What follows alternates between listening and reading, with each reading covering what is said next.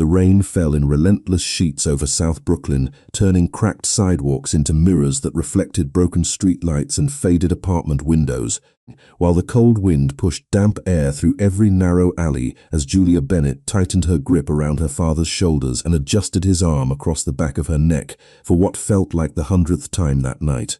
At 25, she had learned that life rarely became easier. People simply became stronger because they had no other choice. Her father's boots scraped against the soaked pavement with every uneven step, leaving crooked trails through shallow puddles. The smell of whiskey clung to his jacket, mixing with rainwater and cigarette smoke until it became a scent Julia knew far too well. "I can walk," he slurred, though his knees buckled almost immediately. She steadied him before he could fall again, her tired muscles burning beneath the weight she refused to let touch the ground. "Just lean on me, Dad," she said quietly. Her voice carried no anger, only exhaustion carefully hidden beneath patience. They continued along the nearly empty street while cars passed without slowing. A young couple hurried beneath a large umbrella, pretending not to notice them. A businessman glanced briefly from inside a rideshare before looking back at his phone. A delivery driver paused at the traffic light, watched the struggling pair for a heartbeat, then accelerated as soon as the light turned green. Julia never expected anyone to help anymore. She had stopped believing in miracles years ago, sometime between unpaid medical bills, double shifts at the neighborhood diner, and evenings spent working at an assisted living center before returning home to find another collection notice taped to their apartment door.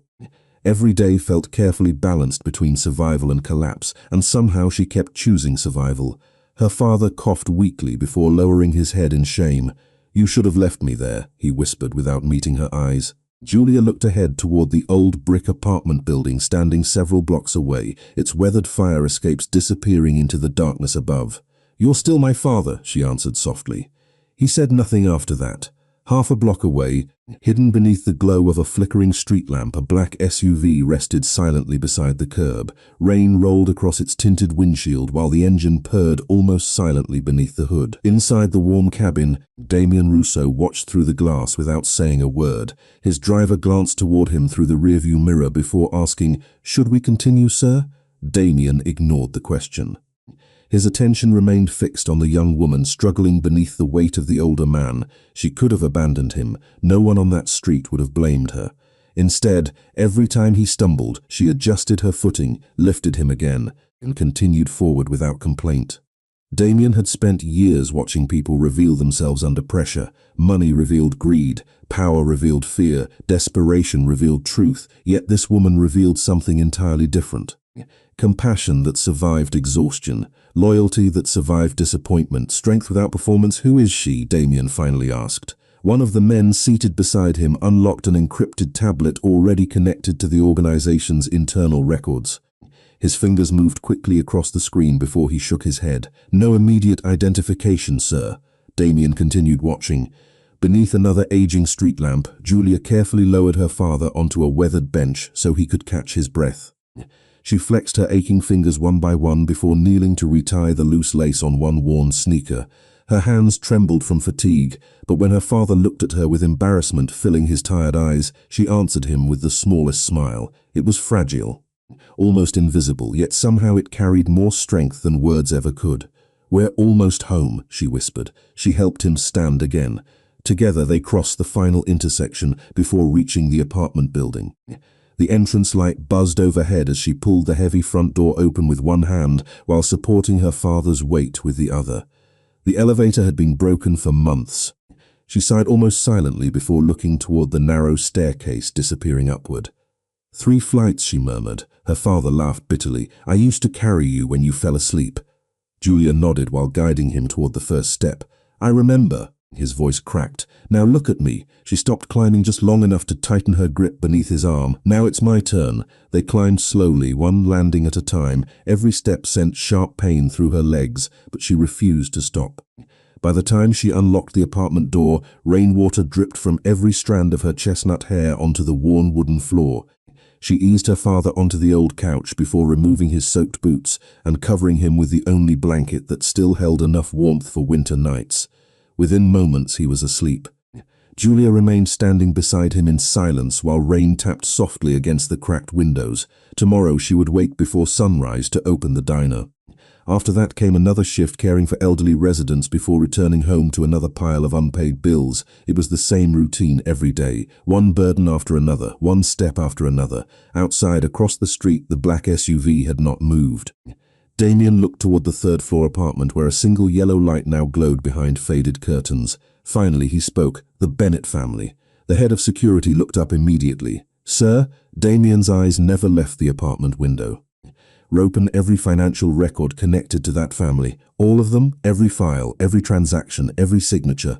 I want the complete history." Understood. The order traveled through encrypted channels within seconds. Investigators who had long since archived forgotten debt files quietly began reopening records that no one had questioned for years. Damien leaned back as the SUV finally pulled away from the curb. He had reviewed thousands of financial reports throughout his life. He had watched countless people beg for second chances they did not deserve. But the image that stayed with him was not a number inside a ledger. It was a young woman carrying a broken father through a storm while the rest of the world chose to keep walking. Julia Bennett barely slept that night. The rain had finally stopped sometime before dawn, but the rhythmic dripping from the rusted fire escape outside her apartment replaced it with another reminder that nothing in the building was ever completely repaired. She woke before her alarm, quietly folded the blanket covering her father, and stood for a long moment watching him sleep. The deep lines across his weathered face seemed softer when alcohol no longer clouded his expression. For a brief second, she could almost remember the father who had taught her to ride a bicycle, who used to build wooden birdhouses with careful hands, who once believed every broken thing could be fixed if someone cared enough to try. She pushed the thought away before it could hurt. Bills waited on the kitchen table exactly where she had left them the night before. The electric company, medical collections, credit cards opened years ago after her mother's illness, and the largest envelope of all, stamped with red letters demanding immediate payment. Julia slipped it into her bag without opening it. She already knew every number printed inside. After brewing the cheapest coffee she could afford, she quietly left for the diner before sunrise. Morning customers filled the small restaurant with familiar sounds. Coffee cups touched ceramic plates, silverware clinked softly, conversations drifted between booths about office meetings, school schedules, and weekend plans. Julia moved through them with practiced efficiency, greeting regular customers by name and forcing polite smiles that concealed another sleepless night.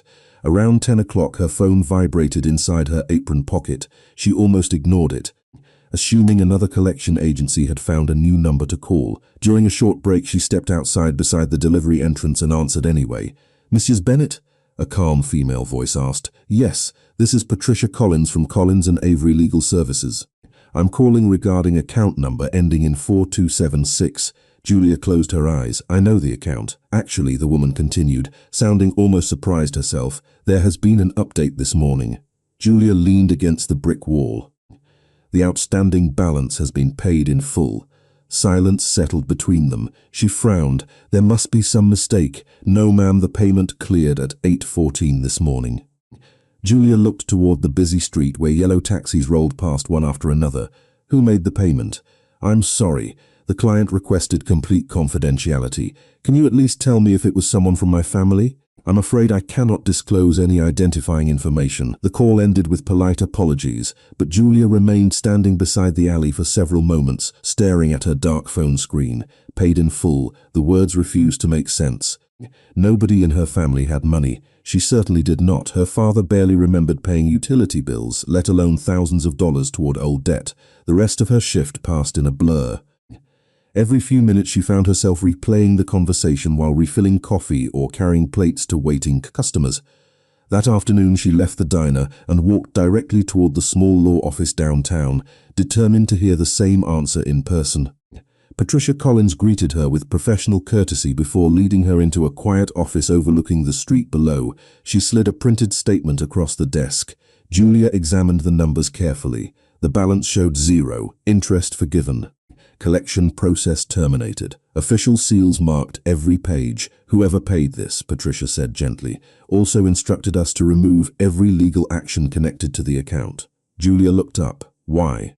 Patricia offered a small, helpless smile. They never explained. Julia left carrying copies of the documents, her mind spinning with possibilities that all seemed impossible. Outside the office, she noticed an elderly landlord from her neighborhood, struggling to lift several heavy boxes from the back of his pickup truck. Without hesitation, she crossed the sidewalk and helped him carry everything into the building. "You're always helping somebody," the old man chuckled. "Somebody usually needs it more than I do," Julia answered with a tired smile. Neither of them noticed the black SUV parked half a block away. Damien Russo watched quietly from behind tinted windows. Beside him lay a thick financial report opened across the leather seat. Every page told the same disturbing story. Small loans had somehow multiplied over the years through fabricated penalties, illegal interest calculations, and forged authorizations approved under the previous financial director of the Russo organization. The Bennett family had never truly owed even a fraction of what they had been forced to pay. Damien slowly closed the file. "How many families?" he asked. One of his investigators lowered his eyes before answering. "We have confirmed 23 so far, sir. Possibly more." Damien remained silent. Rainwater still clung to the edges of nearby rooftops, reflecting pale afternoon sunlight. Across the street, Julia laughed softly after the elderly landlord thanked her again before disappearing inside the building. She asked for nothing in return. She never even mentioned her own problems. Damien looked once more at the report resting beside him before speaking with quiet dignity. "The audit." "Yes, sir. Every fraudulent account gets corrected." The investigator nodded. "And the Bennett case?" Damien looked toward Julia one final time before the SUV eased away from the curb. That was only the first debt. 3 days passed before Julia Bennett stopped checking her mailbox every morning, hoping another impossible letter might be waiting among the grocery coupons and overdue notices. Nothing else disappeared. The electricity bill still sat unopened on the kitchen counter. The rent remained 2 weeks late.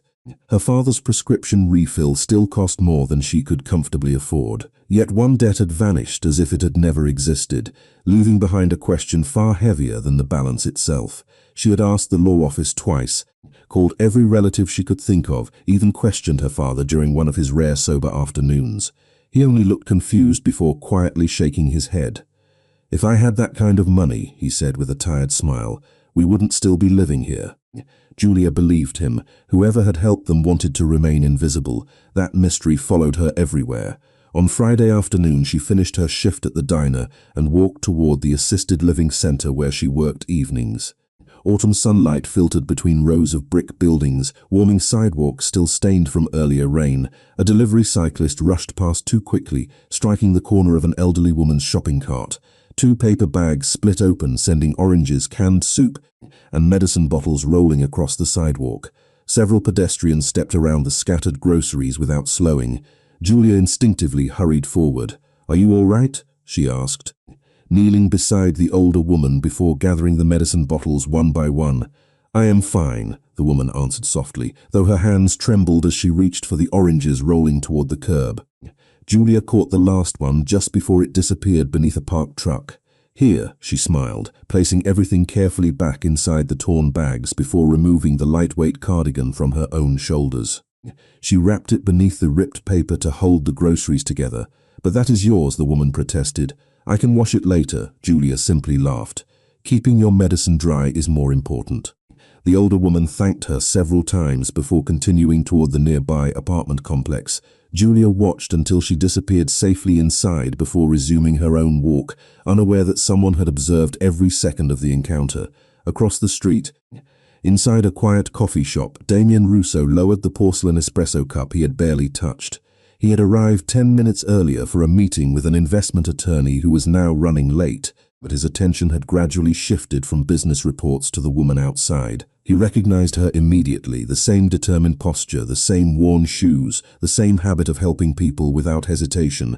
She had no audience, no cameras, no expectation of reward. She simply stopped because someone needed help. Damien found that strangely difficult to ignore. His attorney finally arrived carrying a leather briefcase thick with financial documents. "My apologies, Mr. Russo." Traffic near the bridge was impossible. Damien nodded politely, though his eyes drifted once more toward the sidewalk. Julia had entered the small independent bookstore next door. "Let's make this brief," he replied. 20 minutes later, the meeting ended. Damien stepped outside just as Julia exited the bookstore carrying a used paperback and a small paper bag. She never noticed him because she was searching through her purse for bus fare. A sudden gust of wind slipped between the buildings. Pulling several receipts and loose papers from her hands, they scattered across the sidewalk. Julia sighed before crouching to gather them. Another hand reached the nearest page at exactly the same moment hers did. Their fingers stopped inches apart. "Sorry," the man said, picking up the paper before offering it to her. Julia looked up. The stranger standing before her wore a charcoal overcoat tailored with effortless precision, yet there was nothing arrogant in the way he smiled. His dark hair had been pushed back neatly, and calm grey eyes met hers without lingering long enough to make her uncomfortable. "Thank you," she answered, accepting the paper. Another receipt fluttered toward the street. "He caught that one too. Looks like the wind isn't on your side today."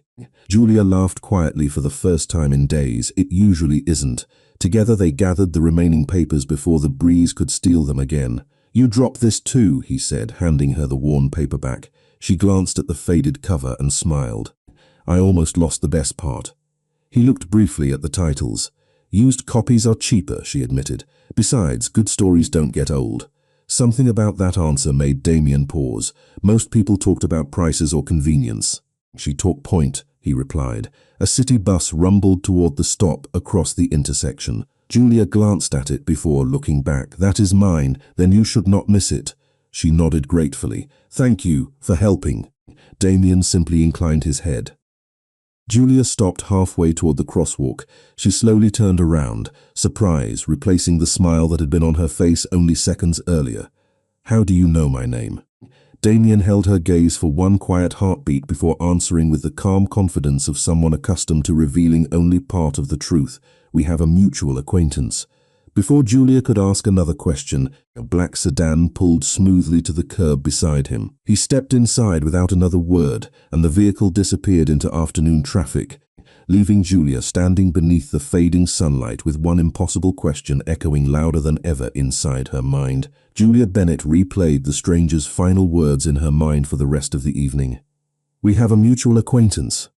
It sounded simple enough, yet nothing about it felt ordinary. She had spent years living a life small enough that almost everyone she knew could fit inside a single notebook page. The waitresses at the diner, the nurses and residents at the assisted living center, the elderly landlord who always apologized before asking for another week's rent, her father. There was no room in that world for sharply tailored overcoats, luxury sedans, or men who somehow knew her name without introducing themselves. By the time her evening shift ended, the autumn sky had already surrendered to darkness. The parking lot behind the assisted living center was nearly empty except for a handful of employee vehicles glistening beneath pale security lights. Julia hugged her jacket tighter against the cold as she crossed toward the bus stop, carrying a paper bag filled with leftover dinner rolls. One of the kitchen staff had insisted she take home. They would save her enough money to buy her father's medication tomorrow. She smiled at the thought. Sometimes survival came disguised as something as ordinary as free bread. Halfway to the corner she heard footsteps behind her, slow, heavy, deliberate. She glanced over one shoulder. Two men stood beneath the broken streetlight near the parking entrance. Both wore dark hooded jackets despite the mild weather. One of them pointed subtly toward her before they began walking in the same direction. Julia turned forward again and quickened her pace without appearing to run. She told herself there was probably nothing to fear. People walked the same streets every night, yet instinct tightened somewhere deep inside her chest. The footsteps grew louder. She crossed the intersection just before the traffic signal changed. The men followed. Her pulse quickened. She reached into her bag, searching for her phone while trying not to look frightened. The battery indicator flashed 2%. Of course. The bus stop came into view another 100 feet ahead, completely empty. The city suddenly felt much larger than it had an hour earlier. Behind her, one of the men laughed quietly. "Miss Bennett," a voice called. She froze for only half a second. They knew her name. She kept walking. The second man called again. "We just need a minute." Julia did not answer. Every self-defense seminar offered at the community center echoed through her memory. Keep moving. Stay near the street. Never let strangers close the distance. She reached the bus shelter just as headlights swept across the road. A black SUV rolled silently around the corner before stopping at the curb several yards away. The vehicle looked expensive enough to belong in another part of the city entirely. Its doors remained closed. Its engine idled quietly. The two men slowed. One exchanged a brief glance with the other. Their confidence disappeared almost instantly. Without another word, they turned around and walked back toward the parking lot, disappearing into the darkness as quickly as they had appeared. Julia stood motionless beneath the bus shelter, confused by how suddenly everything had changed. She looked toward the SUV. The tinted windows revealed nothing. A few seconds later, the vehicle pulled away from the curb and vanished into traffic without anyone stepping outside. The city became quiet again. Her bus arrived moments later. Julia climbed aboard, still looking through the window, hoping to catch another glimpse of the mysterious SUV, but it was already gone. Across town, inside a private office overlooking the Manhattan skyline, Damien Russo stood beside the floor-to-ceiling windows while one of his security directors finished giving the evening report. The two men work for Kramer Collections, the director explained. They were told to pressure the Bennett family until another payment was made. Damien's expression never changed. Pressure? The director hesitated before answering. Their methods have been aggressive. Damien slowly turned away from the glass. The city lights reflected across polished marble floors while absolute silence filled the room. Who authorized it? He asked. The order traces back to an old collection contract approved before you assumed control. Damien extended one hand. The security director immediately placed a thin folder into it. Damien scanned several pages before closing it again. Terminate every contract connected to Kramer Collections. Effective immediately, tonight. Understood. Damien looked toward another member of his team standing quietly near the doorway. From now on, Julia Bennett is not to be approached by outside collectors. Yes, sir. No threats. Yes, sir. No harassment. Understood. Damien returned his attention to the dark skyline beyond the windows. He had spent years believing numbers told the whole story. Debts, contracts, ledgers, percentages. Tonight he had watched fear cross Julia's face because men carrying his organization's forgotten paperwork believed intimidation was simply another business expense. That ended now. Somewhere across the city, Julia rested her forehead against the cool bus window, unaware that the black SUV had not appeared by coincidence. She only knew that danger had disappeared the moment it arrived. She could not explain why. She did not even know whose vehicle it was. But for the second time in less than a week, an invisible hand had quietly changed the course of her night, and somewhere beyond the maze of glowing city lights, Damien Russo made one silent decision after another, determined that no shadow created by his family's empire would ever reach Julia Bennett again. Julia Bennett noticed the change long before she understood it. The threatening phone calls stopped. The unfamiliar cars that had occasionally lingered outside her apartment disappeared. Even the aggressive letters demanding immediate payment became strangely polite, as though whoever had written them no longer possessed the same confidence. She wanted to believe it was only coincidence, but coincidence had begun visiting her life far too often. Still, she refused to lower her guard. Life had taught her that peace usually arrived only to make the next disappointment hurt more. Saturday evening brought one of her father's rare sober days. He sat quietly by the apartment window, watching children chase one another across the courtyard below, while a cup of untouched coffee cooled in his hands. The silence between them felt unfamiliar. For years, conversations had either dissolved into arguments or disappeared beneath alcohol. Today, neither happened. Julia finished washing the dinner dishes before sitting across from him at the tiny kitchen table. Faded sunlight slipped through the cracked blinds, painting narrow stripes across the worn wood between them. For several minutes, neither spoke. Finally, her father broke the silence. "You look tired," he said softly. Julia smiled without humor. "I suppose I always do." He lowered his eyes to the coffee. She studied him carefully. The trembling in his hands seemed weaker than before. His face still carried years of regret, but today there was something else buried beneath it. Shame, real shame. "Dad," she said quietly, "can I ask you something?" He nodded almost immediately. She reached into her bag and placed the legal document showing the erased debt onto the table. "Someone paid one of our accounts." His eyes widened. "Paid? Completely?" He stared at the papers for several long seconds before slowly shaking his head. "It wasn't me." "I know." Julia leaned forward. "Then tell me something else." He remained silent. "Who did you borrow money from?"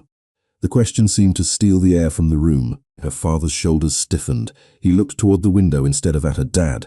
His fingers tightened around the coffee cup until his knuckles turned white. "It started small," he whispered. Julia said nothing, allowing him the space to continue. After your mother got sick, insurance stopped covering part of the treatment.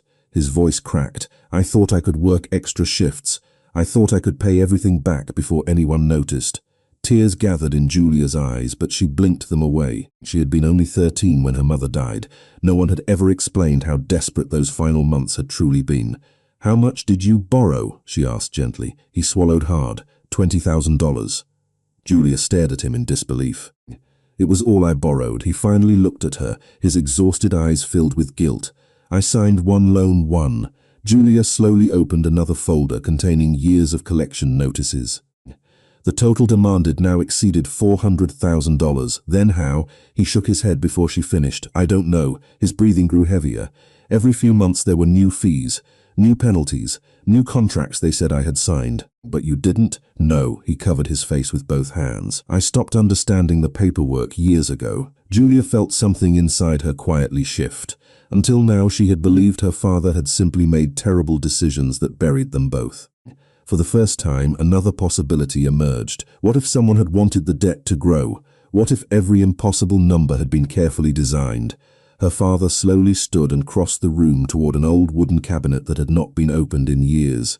After searching through faded photo albums and dusty boxes, he removed a small metal lockbox scarred by time. He placed it carefully on the kitchen table. I never wanted you to see this. Inside lay yellow documents secured by brittle rubber bands.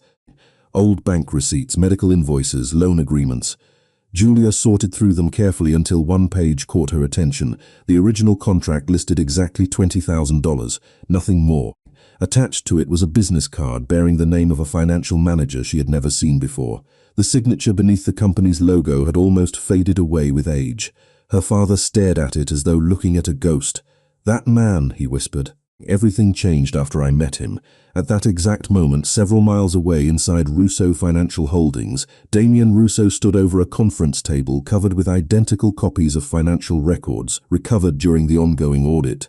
One investigator entered carrying another file. Sir, he said quietly, placing it before Damien, we found the original Bennett contract. Damien opened the folder. His expression remained calm, but his eyes narrowed the moment he compared the authentic document with the fraudulent versions created later. The signatures no longer matched. The interest rates had been altered. Entire pages had been replaced. Someone had transformed a desperate father's modest loan into a lifelong prison. Damien closed the file with deliberate care. Find the man who approved these revisions, he ordered, whatever it takes. The investigator nodded once before leaving the room. Damien remained alone beside the table, looking at the faded signature resting on the original contract. For the first time since reopening the Bennett file, he knew with absolute certainty that Julia and her father had never been drowning because of one mistake. Someone had been holding their heads beneath the water for years. Julia Bennett spent the entire weekend studying the faded documents spread across her tiny kitchen table, comparing dates, signatures, payment schedules, and handwritten notes until the numbers blurred together beneath the warm glow of the aging lamp. Every page seemed to tell a different version of the same story. The original loan had been frightening but manageable. The contracts that followed looked nothing like it. Interest rates appeared overnight. Administrative fees multiplied without explanation. Entire payment histories vanished, only to be replaced by balances that made no mathematical sense. She had never studied finance, yet even she could see something was terribly wrong. Monday morning arrived with cold grey skies stretching across Brooklyn, and Julia folded every document neatly into a weathered folder before leaving for work. Her father watched from the apartment doorway, unusually alert. You are carrying too much by yourself, he said quietly. She forced a reassuring smile, one step at a time. He nodded, though neither of them truly believed burdens became lighter, simply because they were divided into smaller pieces. After finishing her breakfast shift at the diner, Julia crossed the street toward the neighborhood pharmacy to refill one of her father's prescriptions. The pharmacist greeted her with a surprised expression before checking the computer again. Miss Bennett, it looks like today's refill's already been paid. Julia blinked. By who? The pharmacist turned the monitor slightly before shaking his head. Private account, no name attached. Julia stared silently for several seconds. Again, she whispered almost to herself.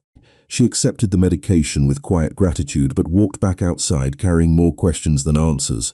Whoever had erased the debt was still watching, not watching to control her, at least not in any obvious way, watching to help. She simply could not understand why. Across town, Damien Russo stood inside the executive conference room of Russo Financial Holdings, while senior accountants and legal advisors surrounded the long walnut table covered with recovered records. Every file uncovered another family trapped by fraudulent debt restructuring approved years before he assumed leadership. The Bennett case was no longer an exception. It was evidence of something much larger. One attorney closed another folder before speaking carefully. Legally correcting these accounts will cost the organization millions. Damien remained seated, his hands folded calmly before him. Then we pay it. Another executive hesitated. The board will object. Damien looked up with quiet certainty. The board is free to object after they explain why innocent families finance their profits. Silence settled across the room. No one argued again. Damien stood and buttoned his charcoal suit jacket. Continue the audit. Every account. No exceptions. As he left the conference room, his chief of security caught up beside him. Sir, there is another matter. Damien continued walking through the marble hallway. Go on. Julia Bennett has been declining overtime shifts because she has been taking her father to physical therapy appointments. Damien slowed slightly. Physical therapy? Yes, sir. Apparently an old back injury has worsened. Damien said nothing for several moments. The elevator doors opened. Both men stepped. Reputable? Damien asked. Very, but expensive. The elevator descended in silence. Cover the remaining treatment costs. The security chief immediately nodded. Anonymous donation? Damien considered the question. No. Sir, establish a community rehabilitation fund under the company's charitable foundation. The chief understood immediately. The assistance would reach not only Julia's father, but every qualifying patient. No one could trace it to one family. No one could accuse Julia of receiving special treatment. I will arrange everything. That afternoon, Julia arrived at the rehabilitation clinic, expecting another difficult conversation about delayed payments. Instead, the receptionist welcomed her with a bright smile. Good news, Miss Bennett. Your father's remaining treatment has been approved through the New Horizons Community Recovery Fund. Julia frowned. I have never heard of that. It is a new grant program.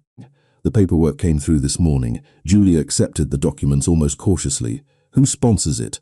The receptionist checked the bottom of the page.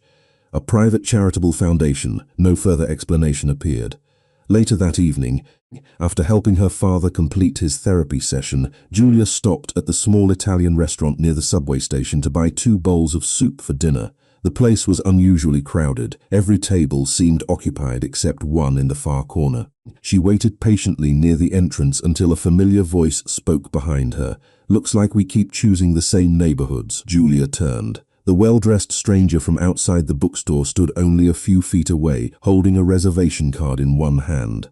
He smiled politely, neither surprised nor overly familiar. You, she said before catching herself. I suppose that is one way to introduce me. She laughed softly. Embarrassed. I still do not know your name. He extended his hand. Damien. She accepted it. His handshake was warm, steady, and unexpectedly gentle. Julia. I know, he answered, with the faintest hint of amusement. Before she could ask how, the restaurant manager hurried toward them apologetically. I am terribly sorry, but we are overbooked tonight. Unless, he glanced toward the only remaining table. If neither of you mind sharing for a little while, it is the only seating available.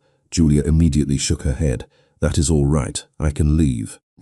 Damien looked toward the nearly full dining room before meeting her eyes once again. Or, he said calmly, you could stay, and we could finally have a proper conversation. Julia Bennett hesitated for only a heartbeat before nodding politely. The restaurant manager thanked them repeatedly as he led them toward the quiet corner table, overlooking the rain-speckled windows. Soft violin music drifted through the dining room while warm amber lights reflected across polished wooden floors, creating a calm that felt strangely distant from the uncertainty filling Julia's mind. She carefully placed the small folder containing her father's medical papers beside her chair before sitting down. Damien waited until she was comfortable before taking the seat across from her.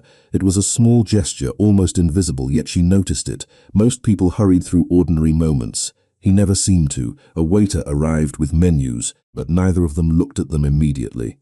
I suppose fate keeps interrupting us, Julia said with a faint smile. Damien rested his hands loosely on the table. Or perhaps New York is not as large as people believe, she laughed quietly. That is probably the kinder explanation. For a few minutes, they spoke about ordinary things, her work at the diner, the elderly residents she cared for each evening, the old bookstore where they had met.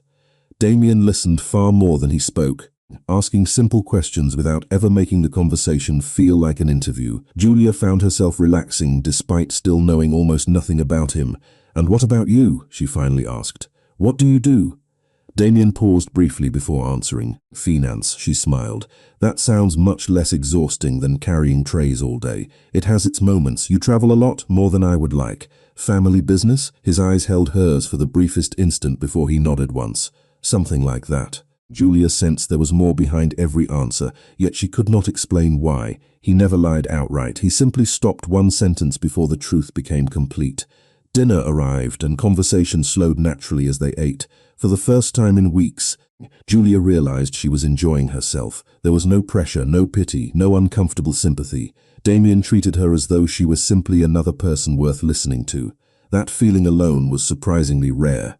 As dessert menus were being offered, Damien's phone vibrated once against the table. He glanced at the screen. The warmth in his expression disappeared almost instantly. "Excuse me," he said quietly before standing. "I need to take this." Julia nodded. "Of course."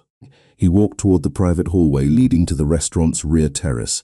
The moment the glass door closed behind him, his calm voice came colder. "Report." The voice on the other end answered immediately. "Sir, we found him." Damien's eyes narrowed. "Where?"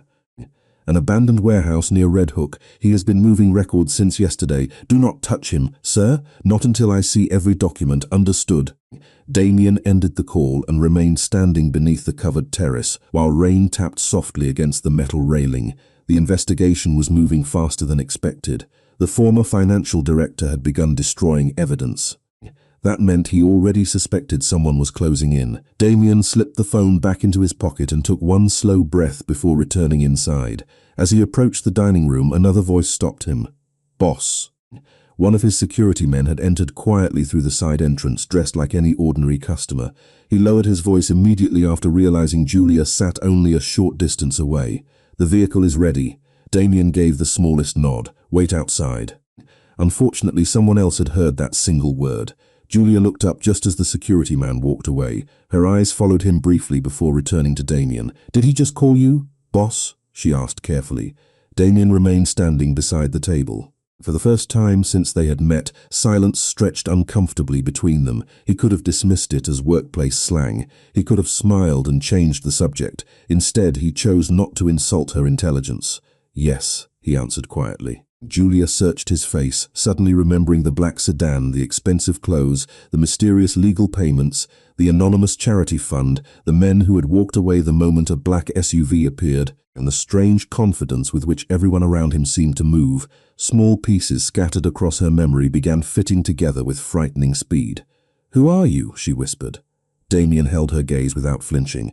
"My name is Damien Rousseau." She frowned slightly. The name meant nothing at first, then she remembered overhearing two cooks at the diner months earlier whispering about a businessman whose companies seemed to own half the waterfront. Another memory surfaced.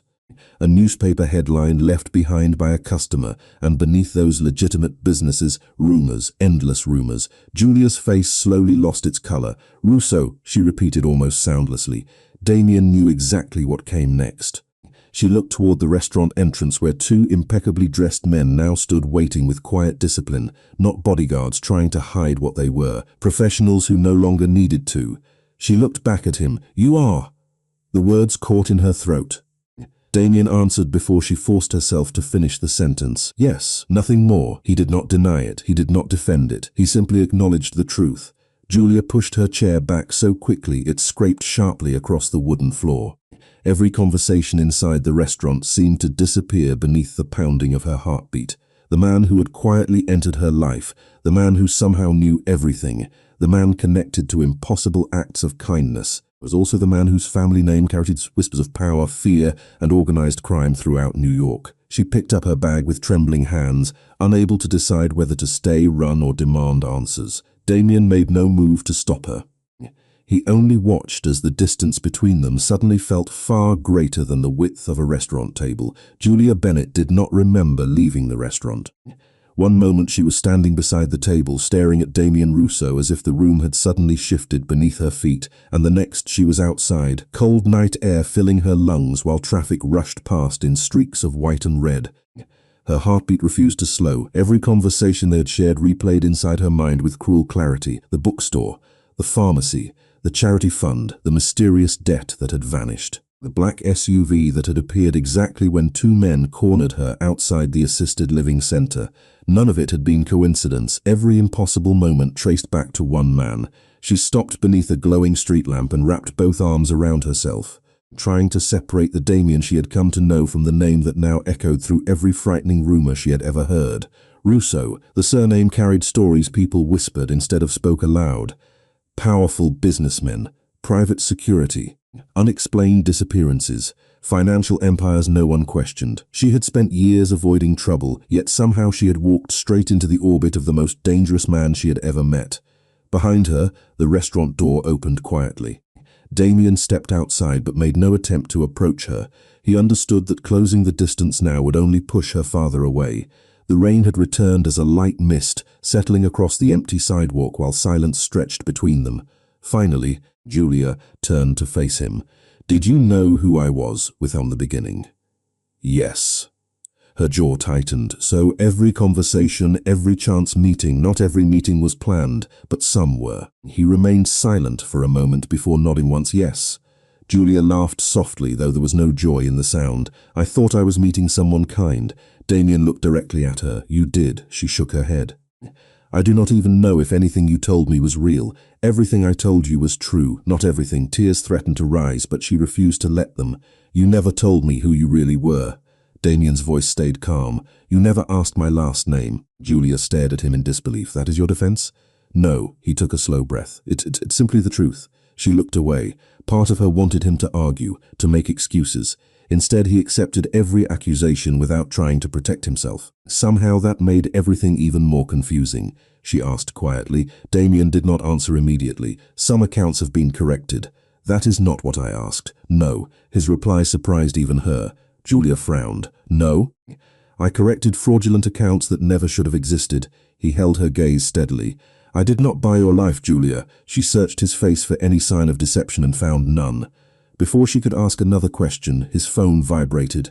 He glanced at the screen only briefly before slipping it back into his pocket without answering. "You should go home," he said. "It is late."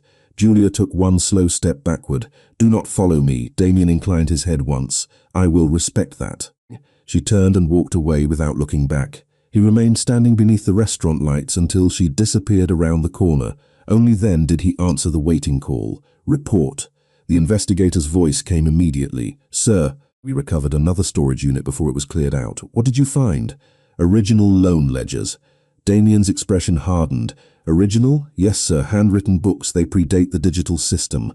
Damien walked toward the waiting SUV. "Secure everything. There is something else." "Go on." The Bennett file was flagged years before the fraudulent revisions began. Damien stopped beside the vehicle. "Flagged by who?" Papers shuffled on the other end.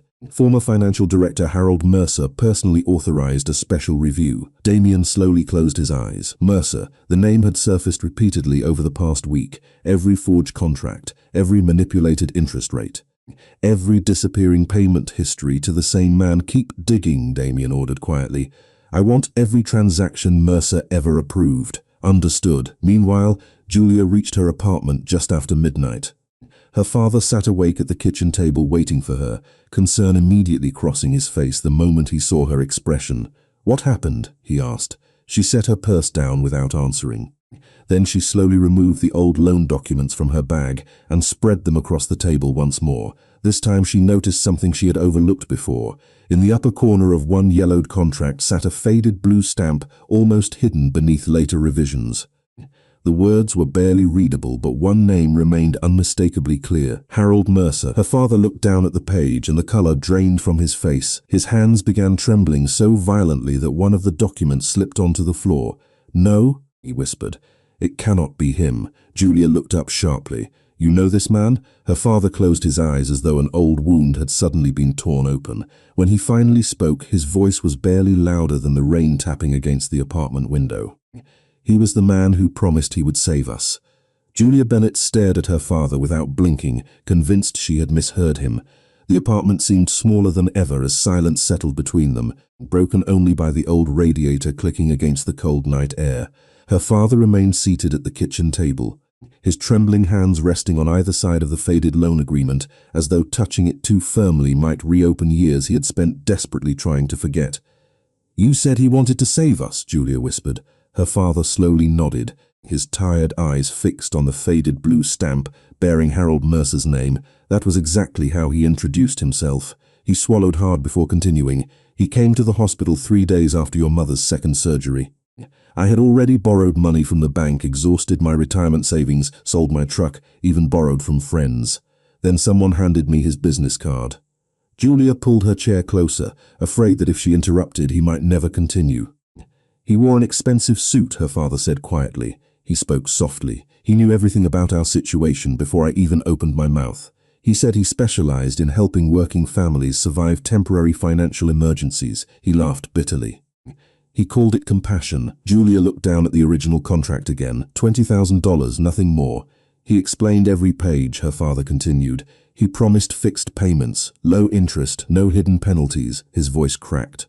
"I read every line before signing." Julia frowned. He closed his eyes. About 6 months later, another representative came to the house. He claimed Mercer had been promoted and new paperwork needed updating. "I signed again." "Without reading it?" Her father lowered his head. "Your mother had just passed away." The answer alone explained everything. Grief had become the perfect disguise for fraud. Julia reached across the table and gently placed her hand over his. "Dad, this was never because you stopped loving us." Tears rolled silently down his weathered face. "I thought I destroyed your life." "No." Her voice remained steady despite the ache tightening inside her chest. "Someone destroyed ours on purpose." Across the East River, Damien Russo stood inside a secure evidence room beneath Russo Financial Holdings, while shelves filled with recovered ledgers stretched in every direction.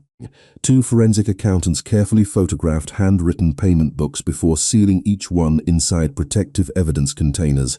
Damien examined another ledger under bright white lights. Every page carried Harold Mercer's initials beside handwritten adjustments that never appeared in official digital records. Artificial penalties, duplicate balances, fabricated legal fees. Entire families had been buried beneath numbers created with a single pen stroke. His chief investigator approached carrying another document. "Sir." Damien accepted it silently. This came from Mercer's private storage locker. Inside rested a list of dozens of family names organized alphabetically. Each file contained coded marks beside certain accounts. Damien's eyes stopped on one familiar entry, Bennett Julia. Next to it, someone had written a single handwritten instruction years earlier. "Extend recovery cycle." He looked up immediately. The investigator answered without hesitation. According to former employees, Mercer used that code whenever he believed a family could continue making payments indefinitely. Instead of closing the account, he created new debt to keep them trapped. Damien's jaw tightened. He turned suffering into recurring revenue. "Yes, sir." Damien closed the folder carefully. "Issue preservation orders on every remaining Mercer property. I do not want one piece of paper leaving this city." Already in progress. Before another word could be spoken, Damien's private phone vibrated. The screen displayed a number he recognized instantly, Detective Michael Harris. He trusted to separate facts from rumors. Damien answered. "Talk." Harris wasted no time. "Someone broke into Mercer's abandoned office tonight." Damien's expression hardened. "Anything taken?" "Looks like they were searching for financial records. Were they successful?" "No, but whoever hired them knew exactly where to look." Damien looked once more at Julia's name inside the recovered ledger. Someone else was trying to erase the same truth he had spent days uncovering. "Increase security around every evidence site," he ordered after ending the call, "especially anything connected to the Bennett file." "Yes, sir." Meanwhile, Julia remained awake long after her father had gone to bed. Every document now covered the kitchen table in careful order. She photographed each page with her phone before placing the originals inside plastic sleeves borrowed from an old photo album.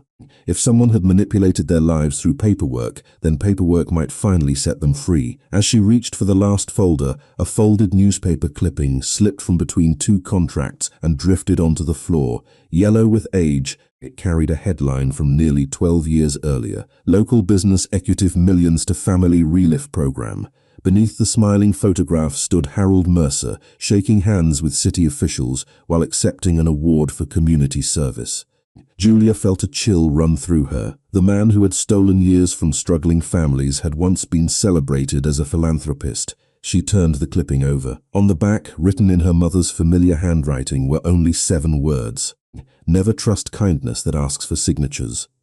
Morning sunlight streamed through the tall windows of Collins and Avery Legal Services, illuminating stacks of contracts, payment ledgers, and handwritten notes spread across the polished conference table. Julia Bennett sat quietly with both hands wrapped around a paper cup of untouched coffee, while Patricia Collins carefully compared the original loan agreement against the dozens of amended contracts that had appeared over the years. Every few minutes another yellow marker circled a discrepancy. Different signatures, altered dates, interest rates that had changed without authorization, entire pages that used different paper stock than the originals. Julia watched in silence as the evidence slowly transformed years of confusion into something far more disturbing. None of this had been an accident. "Miss Bennett," Patricia finally said, sliding one document across the table. "I have practiced financial law for almost 20 years. She pointed toward 2 signatures appearing only inches apart. "These were not written by the same person." Julia leaned forward. "You are certain?" Patricia nodded without hesitation. "The stroke pressure is different, the spacing is different. Even the ink composition appears inconsistent." She reached for another folder, and this amendment references regulations that did not even exist on the date it claims to have been signed. Julia felt her pulse quicken. So Patricia looked directly at her. "Your father signed the original loan." She gently tapped the stack of altered agreements beside it. "Everything after that deserves a criminal investigation." Julia lowered her eyes. For years she had quietly carried guilt that never truly belonged to her family. The realization brought relief, but it also carried anger unlike anything she had ever experienced. Someone had stolen more than money. They had stolen time, hope, dignity. Patricia gathered the documents into separate folders before speaking again. "There is enough here to petition the court for an immediate suspension of every remaining collection action." Julia exhaled slowly. "How long will that take?" "Normally, months." She lifted another envelope that had arrived only minutes earlier. "But someone has already submitted supporting financial evidence through a private legal representative." Julia looked up sharply. "Who?" Patricia turned the envelope over. No individual name appeared anywhere, only the seal of an anonymous corporate legal trust. "Again," Julia whispered, almost to herself, "someone is helping." Across Manhattan, Damien Russo entered the executive boardroom of Russo Financial Holdings, where 12 board members already waited around the long walnut table. Most had served his family for decades. Their expressions revealed equal parts concern and resistance. Damien placed a thick binder before each of them before taking his seat at the head of the table. "You have all reviewed the preliminary audit," he began calmly. One elderly director adjusted his glasses. "We have." Another leaned forward. "Correcting these accounts will expose years of internal misconduct." Damien folded his hands. "Yes, it will also cost this organization an extraordinary amount of money." "Yes." The room fell silent. Finally, another board member asked the question everyone had avoided.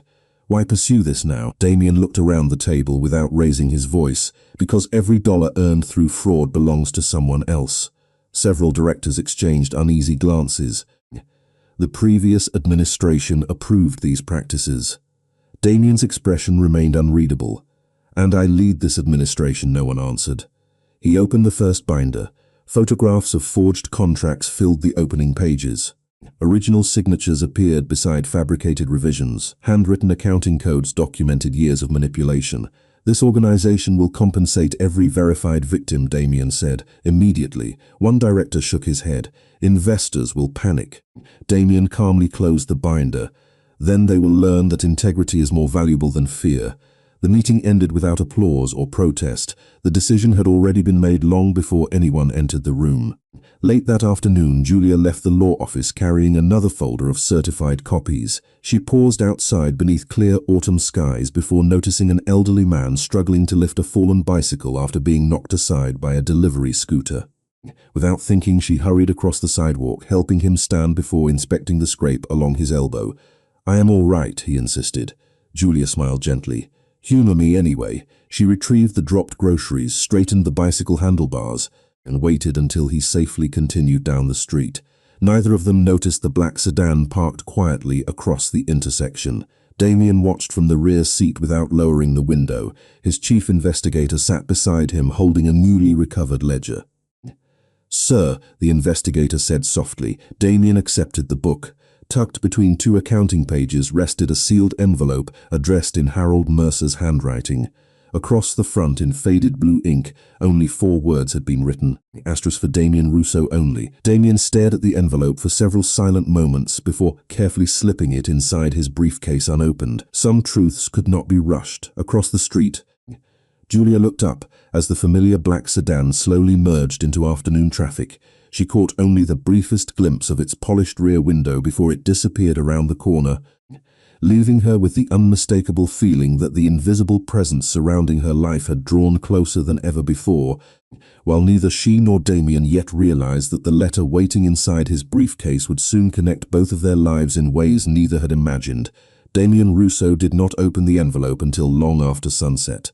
His office overlooked the Manhattan skyline, where thousands of lights shimmered beneath the darkening sky like stars trapped inside glass towers, yet he barely noticed the view. The sealed envelope rested on the polished walnut desk in front of him, its edges worn by time, the handwriting unmistakably belonging to Harold Mercer, for Damien Rousseau only. He studied the faded ink for several silent moments before sliding a letter opener beneath the brittle seal. Inside was a single handwritten letter and one folded photograph. He unfolded the photograph first. It showed a much younger Harold Mercer standing beside Damien's late father during the opening ceremony of Rousseau Financial Holdings' financial division nearly 15 years earlier. Both men smiled confidently for the cameras. Damien's expression hardened. He had seen countless photographs of his father throughout the years, but never this one. He placed it aside and began reading the letter. Mercer admitted that the fraudulent debt system had been his creation from the beginning. He described it as an experiment designed to generate endless revenue from families who were too desperate to hire lawyers and too ashamed to ask for help. Every manipulated account produced years of predictable income. Every forged signature extended another cycle of repayment, yet one paragraph forced Damien to stop reading altogether. Mercer claimed Damien's father had never approved the scheme. According to the letter, he had repeatedly ordered Mercer to close every fraudulent account after discovering irregularities. Before those orders could be carried out, Damien's father died unexpectedly, leaving Mercer in complete control of the financial division. Mercer admitted he had destroyed those directives, altered internal records, and allowed the system to continue for years under the protection of executives who profited from it. Damien slowly lowered the letter. For years he had believed the corruption belonged to his family's legacy. Now he discovered that his father had tried to stop it before losing the chance. A quiet knock interrupted his thoughts. His chief investigator entered carrying another evidence folder. "Sir, the district attorney's office has confirmed they are preparing criminal charges against Mercer and the remaining executives involved." Damien folded the letter carefully. "Good." The investigator hesitated. "There is one more matter." Damien looked up. "Julia Bennett's attorney has filed the petition to void every remaining contract. The hearing has been scheduled for tomorrow morning." Damien nodded once. "She does not know about today's discoveries?" "No, sir."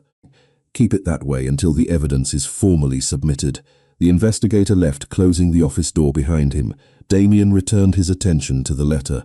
The final sentence had been written with noticeably weaker handwriting than the rest. "If you ever find the Bennett family, tell them I was the man who should have stopped this before it began." Damien quietly folded the page again. Outside his office window, the city continued moving as though nothing had changed. But inside, he understood that tomorrow would alter far more than one family's future. Across Brooklyn, Julia sat beside her father in the small living room while he carefully practiced the physical therapy exercises the rehabilitation clinic had given him earlier that week. His movements were still slow, yet, for the first time in years, he managed to stand from the couch without reaching for the nearby table. Julia smiled despite everything that still weighed upon them. "You are getting stronger," he returned the smile, though sadness remained in his eyes. "Maybe because someone finally gave me a reason to try."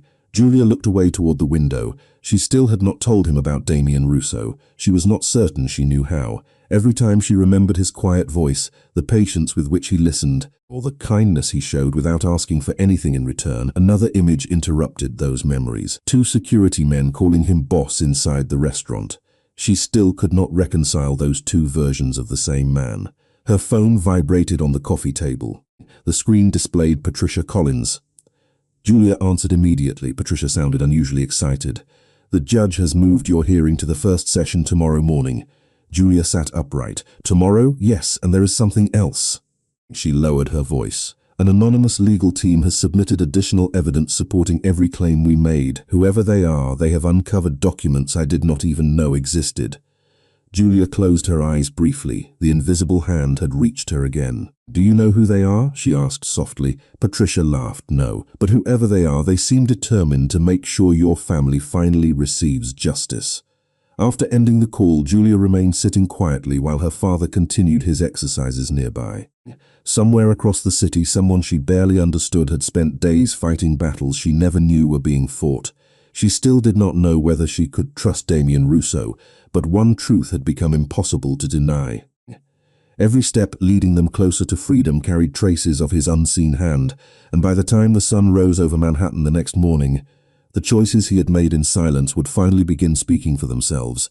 The courthouse stood beneath a clear autumn sky, its stone columns glowing softly in the morning sunlight, while reporters gathered outside for hearings that had nothing to do with Julia Bennett. She climbed the wide front steps beside Patricia Collins, carrying only a thin folder that represented more than a decade of fear, exhaustion, and unanswered questions. Her father followed slowly behind them, walking with a cane instead of leaning on her shoulder for the first time in years. The difference seemed almost too small for anyone else to notice, yet Julia felt tears threaten to rise as she watched him climb each step on his own. Inside the courtroom, the atmosphere was quiet and formal. Lawyers arranged documents while the judge reviewed the morning docket with practiced efficiency.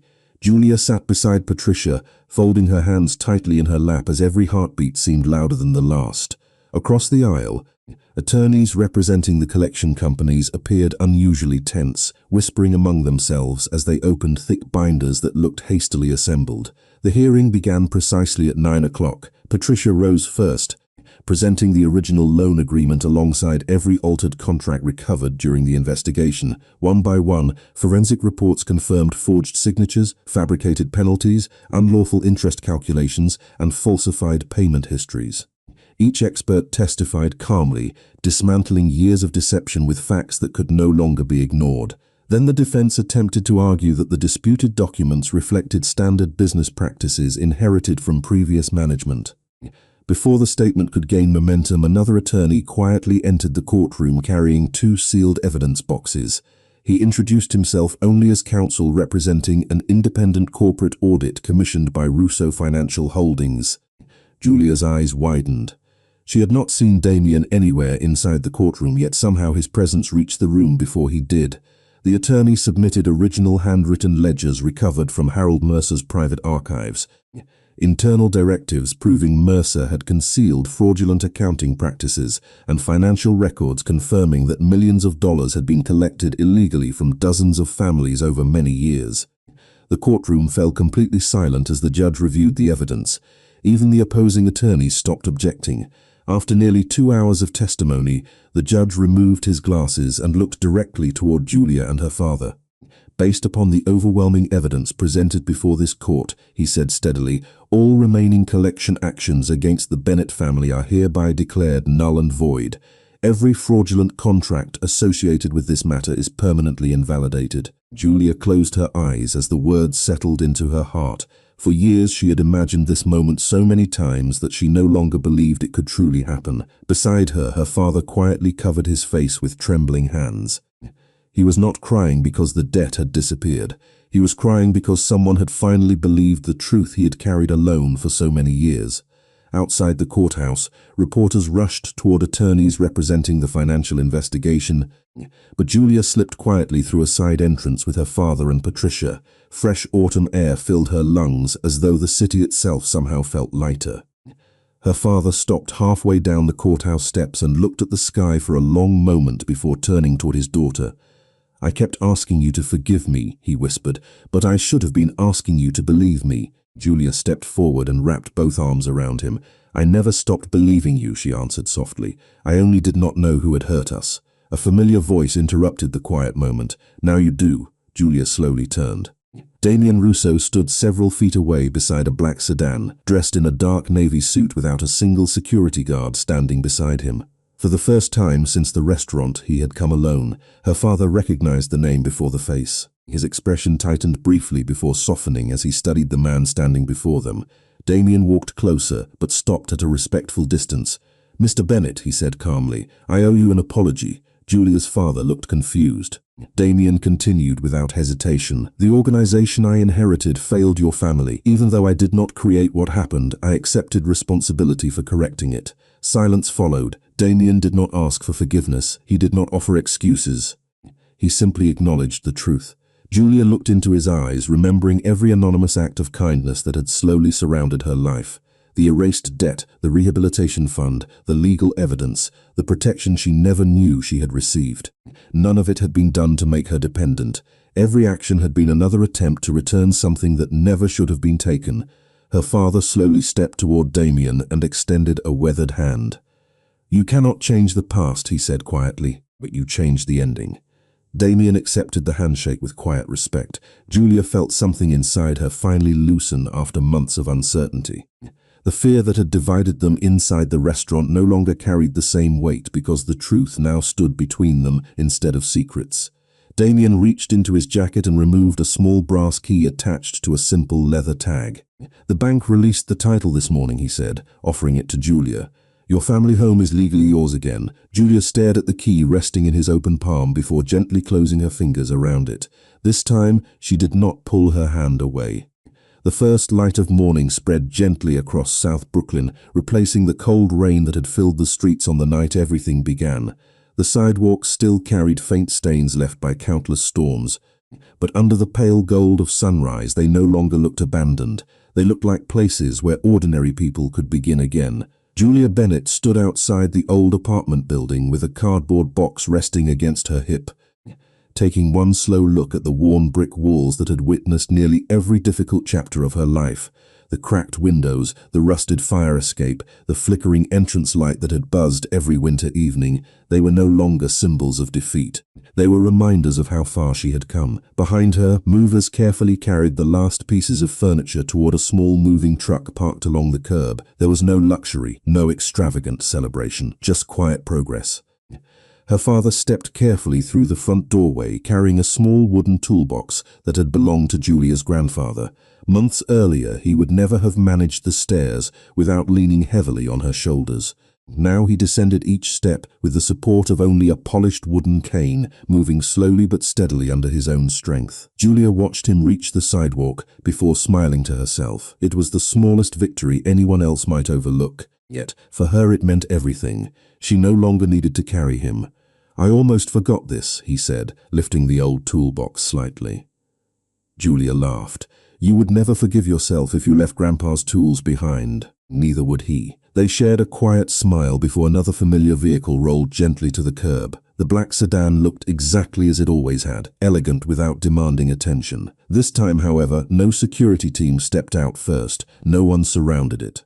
Damien Russo opened the driver's door himself and walked toward them, wearing a simple dark overcoat instead of the tailored suits that usually announced his position. For the first time since Julia had met him, he looked less like the head of an empire and more like an ordinary man arriving to help friends move. Her father greeted him first. "You are early," Damien smiled faintly. "I have learned it is better not to keep Julia waiting." She shook her head with amused disbelief. "You are improving. I am trying." There was no tension left between them now, only honesty. Damien reached for one of the heavier boxes without asking permission. Julia noticed he still preferred actions over speeches. Some things about him had never changed, and strangely she hoped they never would. Together they loaded the remaining belongings into the truck before driving toward the small house that had finally returned to the Bennett family after the court's decision. It stood only 30 minutes away in a quiet neighborhood lined with maple trees whose leaves had already begun turning shades of amber and crimson. The house was modest, with white siding, a narrow front porch, and a small garden that had been neglected for years. Yet when Julia unlocked the front door using the brass key Damien had given her, sunlight poured through the front windows exactly as if the house itself had been waiting for someone to come home. She walked slowly from room to room, touching the walls with quiet disbelief. There were no collection notices waiting on the kitchen table, no threatening letters taped to the door, no unopened envelopes filled with fear, only silence, peaceful silence. Her father stepped inside behind her and looked around with tears gathering in his eyes. "Your mother always dreamed of having a place like this," he whispered. Julia reached for his hand. "I think she would have loved it." He nodded before quietly carrying the old toolbox toward the garage, already planning the repairs he wanted to make himself. Damien watched him disappear with a thoughtful smile. "He looks stronger. He is." Julia turned toward Damien, not just because of therapy.